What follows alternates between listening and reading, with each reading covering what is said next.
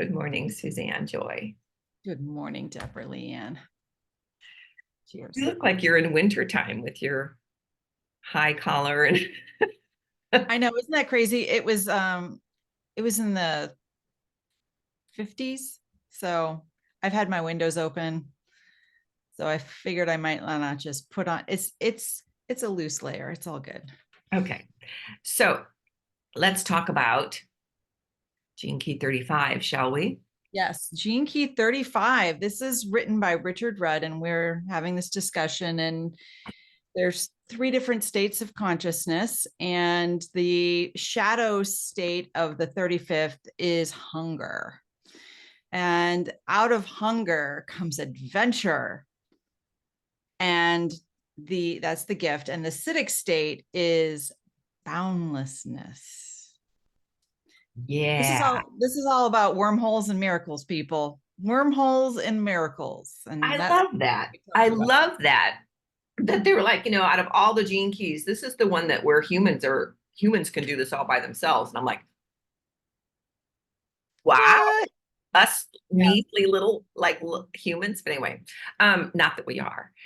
I have a question for you because this shadow, immediately we think of food when we think of hunger, because that's the way our language is designed around it. We don't think of it in terms of something's missing. What do I need? Like, what do I need? Like that constant need to fill our time and our days and our silence. Uh, so I've been playing with this and trying to notice when it shows up for me. Do you have any examples before I share mine? Well, it's partnered with my programming partner, which is all about impatience. Hunger and impatience. Ooh, I know this well. It's a okay. great biofeedback loop when I get into that space where I feel like there's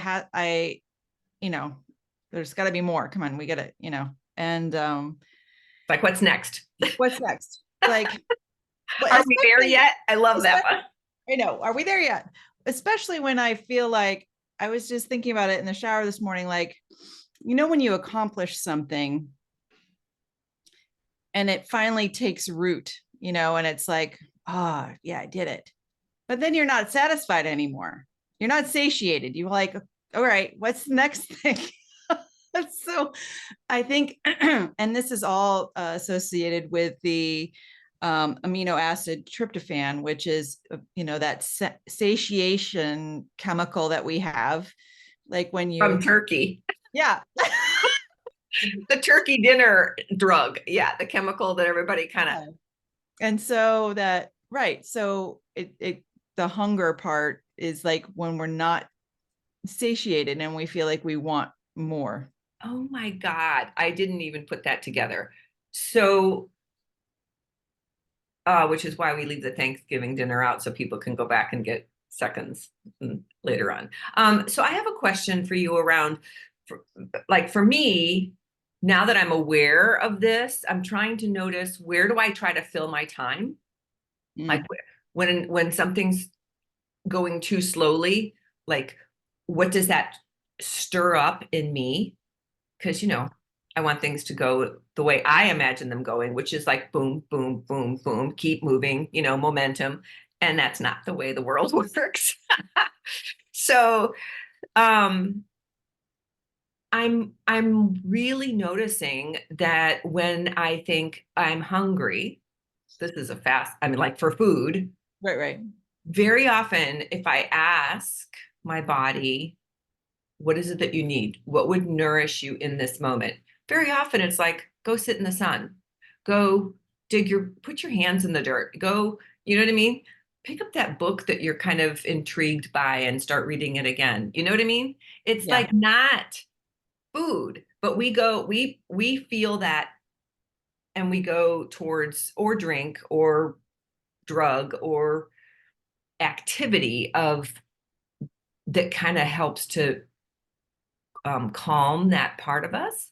So I'm just wondering, in terms of how do we get to a noticing space so that we're not on autopilot to just go try to fix it, Well, I think the state of awareness is probably the biggest hurdle. And the art of slowing down. I feel like that patience key has a really big part in this. And that's where the pregnant pauses happen and everything else. We've got to understand that each one of us has to fall in our own rhythm and not on anybody else's timeline either. And Yeah. I think we get caught up in, oh, that's what they're doing. I want to, it's like, That looks like fun. I want to do that too. Yeah. Or right, maybe I should be doing that. Maybe that's right, my business, my clients, my love, my right. So it's that comparison thing that's like, oh, why am I not there yet? And then there's some shame that goes on there and some really it's weird just a stuff. spiral, man. And then we try to fix that and try to Uh, calm that. So, okay, so I can see easily how this has been an evolutionary force for us humans because we get to a place where we're like, I wonder what this would take. Like, I wonder if I can eat these squash. I wonder what they would taste like with onions. You know what I mean? That's like, I wonder, we start like creating new ways or new um ways to look at the world or ways to operate in the world. And I really love his thing about becoming an adventurer. He said, you don't have to travel. yeah. He said, there's all kinds of adventures right around. Just go for a walk, talk to people in a different way, approach somebody you've never talked to. Like there's neighbors across the street or people that, I'm just like, I Yeah. always think I have to pack all my bags and put my backpack on and go for a trek. Yeah. It's just a reframing. So for instance, when you see somebody that's in the repressive nature of hunger, it's boredom.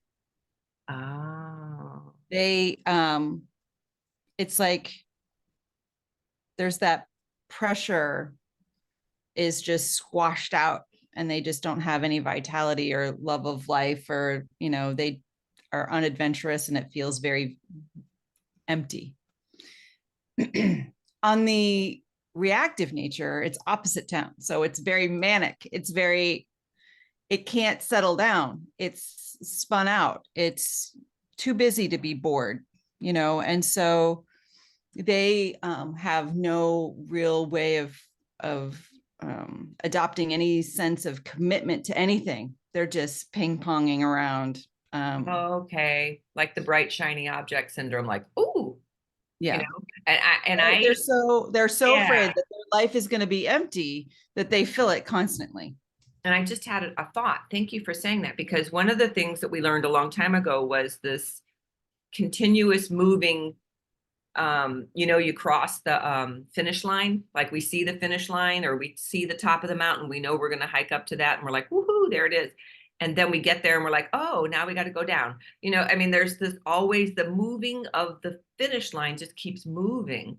Yeah. And I think what happens is very often I don't like to get to the finish line. So I don't finish. Like I'll get 95% complete. And I don't understand that. But it's like, oh, but if I finish, then there'll be, then what do I? Then you have to start all over again. Yeah, or whatever it is. But I've got this thing that it's like, so I have done that all my life where I'll do an art project, I get almost done, or I never frame it, or I don't ever finish the final color or coat. It's like, what? So anyway, I'm just looking at that about the next adventure is always calling me. Would you say squirrel? Yeah. So, yeah, I think that when we move into and we play with the gift of adventure and patience, you start understanding your own rhythm in life. And I was thinking about it this week when I was like, my body was like, no go. Like I had been going. And like, when it was time to stop, I was like, you need to get up and get going, girl. And then I heard, no, you don't. Slow down. Says who? Who says? Whose voice is that? Yeah. But part of it is knowing the rhythm of your cycle or your body or even of your life. Like knowing what cycle you are in this year is helpful astrologically, just so that you can be like, oh yeah, okay, just slow down, girl. You're not trying to win a race, or like, this is a marathon. This is not, a sprint.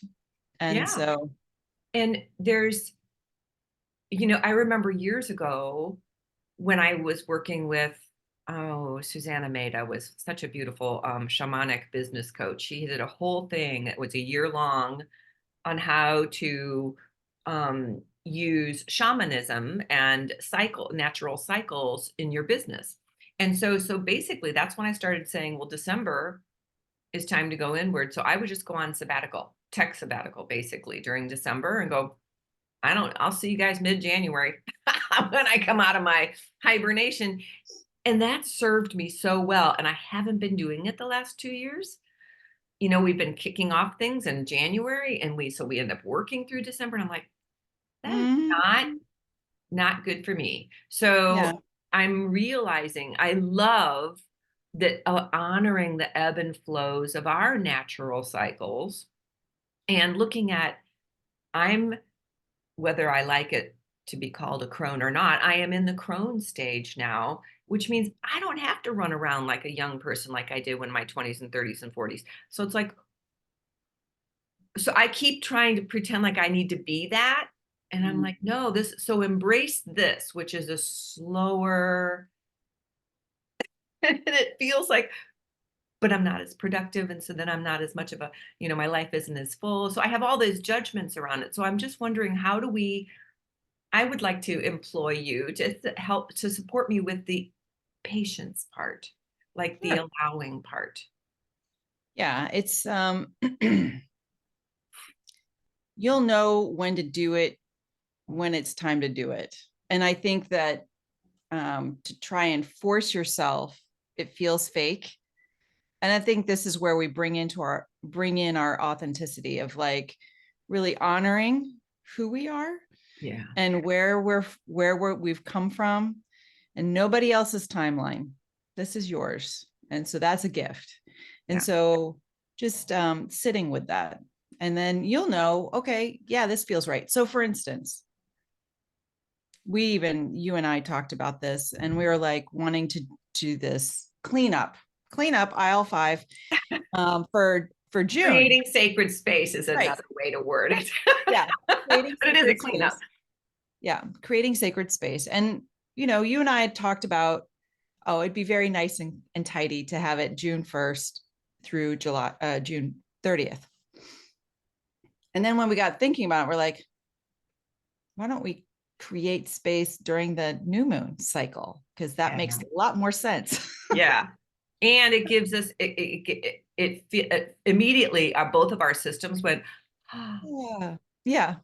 Like doing things that make more sense as opposed to trying to fit it in a box. So that's just an example. I love that. Thank you. Um, and I would like to talk more about how, because then once we get into the acidic state of this, I get kind of lost because it's such mind, well, actually it's mind, not mind bending, it's mind blowing, because it's like you leave your mind behind when you get to the acidic state. But which is the same with all of them. When we get to that third level of, it's not third, it's probably, the 285th, level of consciousness where we can be in that boundless state. We've dropped completely out of here, down here, and allow this to be our guide. And Mm-hmm. I can feel that as much as I want to do that, this is going, but I'm valuable. You need to listen to me. There's all these old programming things.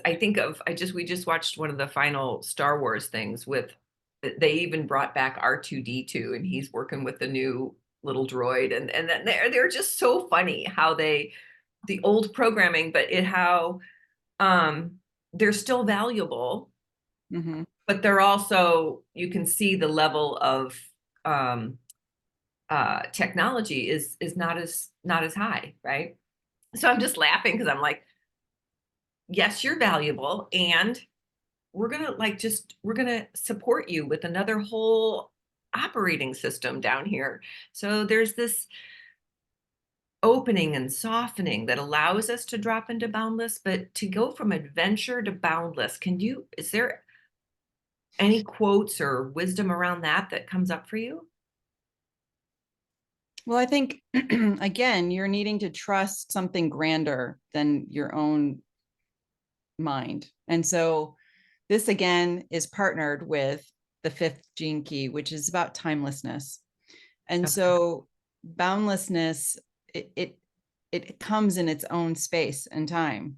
So you can't like try to get there. It's you will eventually get there from your own opening, but it's an opening from within.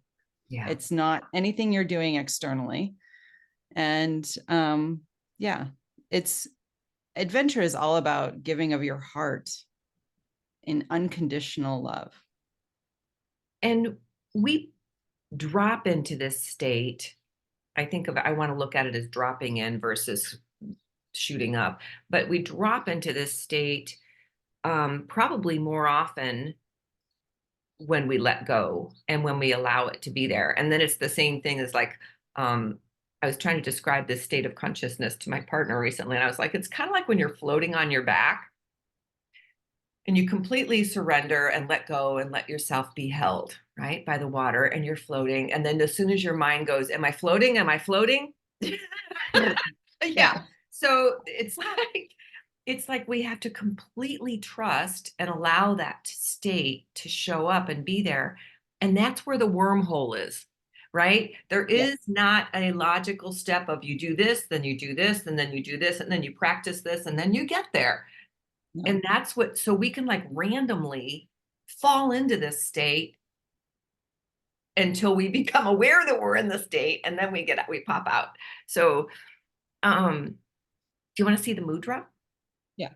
I've been studying it. It's very interesting, and I love the way uh, it feels. So to hold it and breathe a couple times. So you take your thumbs, and your hands are kind of like you're in a fist, and you push these together, and then you let your pinkies, don't touch them, but they just kind of like create a little wormhole at the bottom. Yeah. And then you can, again, it's like sacred geometry. You can play with it. Do you want it over your solar plexus, down over your second chakra, your creation chakra, or your heart chakra? And just breathe into it.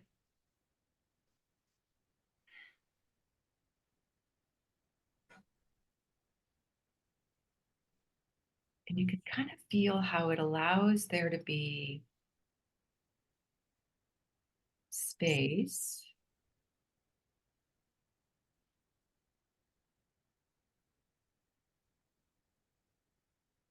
Man, Mhm. that was cool. I had like images of like floating in space and being, Mhm. ooh, but part of everything. And I feel like that's where, I don't know about timelessness, but I read about that when you're in the boundlessness state, your heart has no bounds. So when Right. you're deep in here, everything is everything, Yeah. everything everywhere, all at once. And Yeah. And when I was talking with somebody yesterday who, when we're in that state of heart opening and heart expansion, I mean, nothing is getting in. That's where the divinity is moving through you and expanding outward. yeah, And that's unconditional love. And where the what I like what he says about this is that when we get into that state, anything is possible. yeah, It's like the childlikeness. We didn't have rules when we were first children. I mean, except for man-made rules that said don't do this, don't do this. but where we could play with our imagination and create new things. I'm sure many of us had imaginary worlds too. Oh, yeah. And so lots of solutions come from that space. And so it's just remembering that we keep opening our hearts and just using that imagination and playing in that playland. Yeah. All those sandbox castles and or going to the beach sand castles and so many worlds we created. Um, so what would support us on hanging out in the adventure stage? I want to really focus on operating more and more from our gifts and Okay. from the gifts of these citic states because it's it's so much more loving and it helps us in this world that is it feels very fear dominated. And yet when more and more of us are operating from our gifts, that more and more of this is showing up. So I'm I just, any ideas, thoughts? yeah, I even would I remember what Richard suggested in the 64 ways, how about even acknowledging and learning somebody's name that works at the grocery store? I Mhm. mean, we're not talking like adventures like grandiose. We're talking about small little things that change your perspective of your connection to other people. Yeah. And so it's about changing perception of yourself and how you relate. Yeah, it's rearranging, right? You Yeah. and I have been rearranging our space, and I still haven't filled this shelf because I'm playing with it. I have a whole big thing of books over here that I want to go through and my art supplies and so I mean, before I put anything back, it's like I'm just enjoying the spaciousness of it. And to me that's an adventure because it's like, ooh, blank canvas. Now what? So so as we, you know, play in this adventure land, do we want to invite people into what we want to cook up with this next new moon? Yeah. Go ahead. So we have both been doing our own work in this world. And I find myself this morning, here I am at 6 in the morning and I'm on the back porch cleaning stuff off the um we're in a creative mode, I think I want to call it. And the creativity is calling for clear space.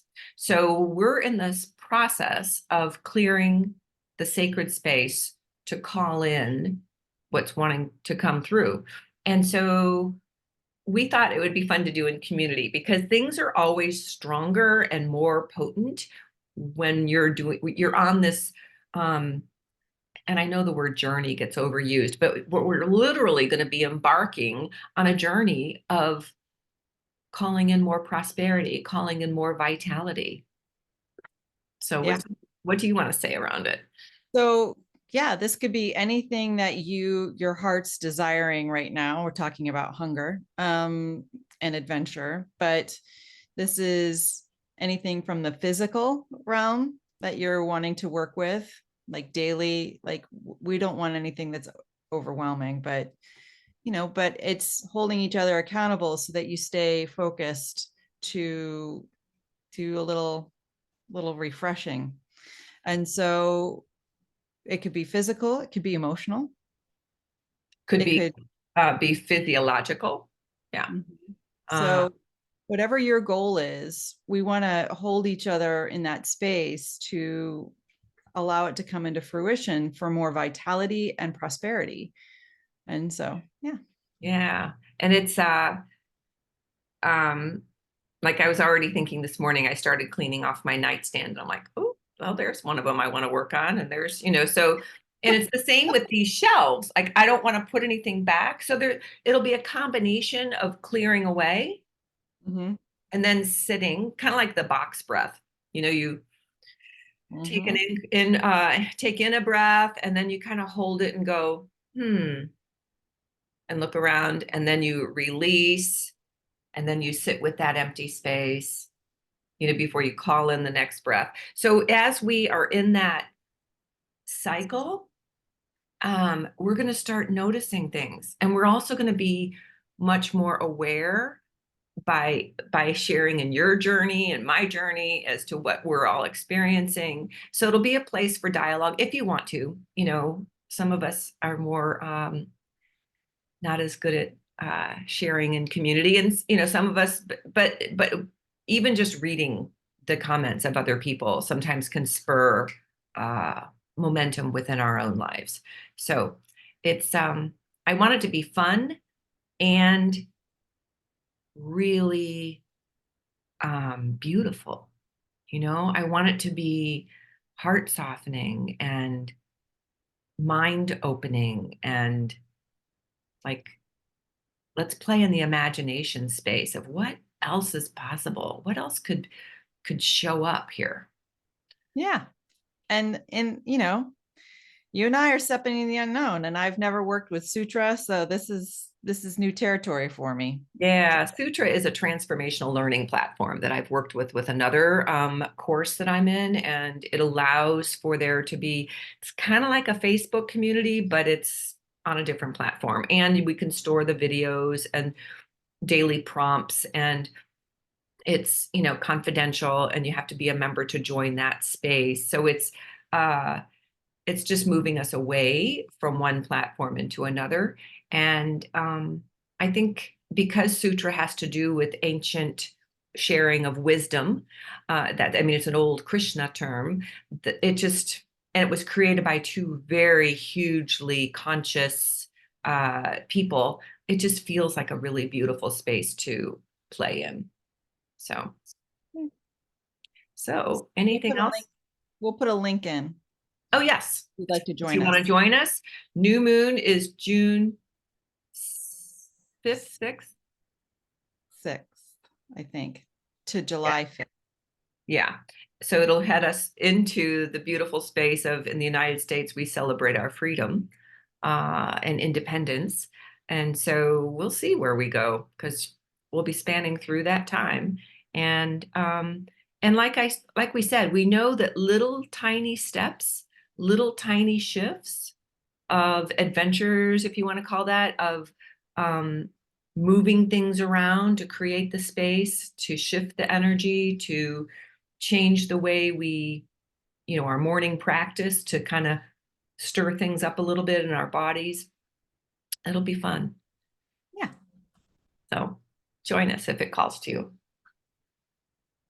And on that note, adventure. Peace Enjoy out. yours. Oh, definitely adventure. Okay. See you next week.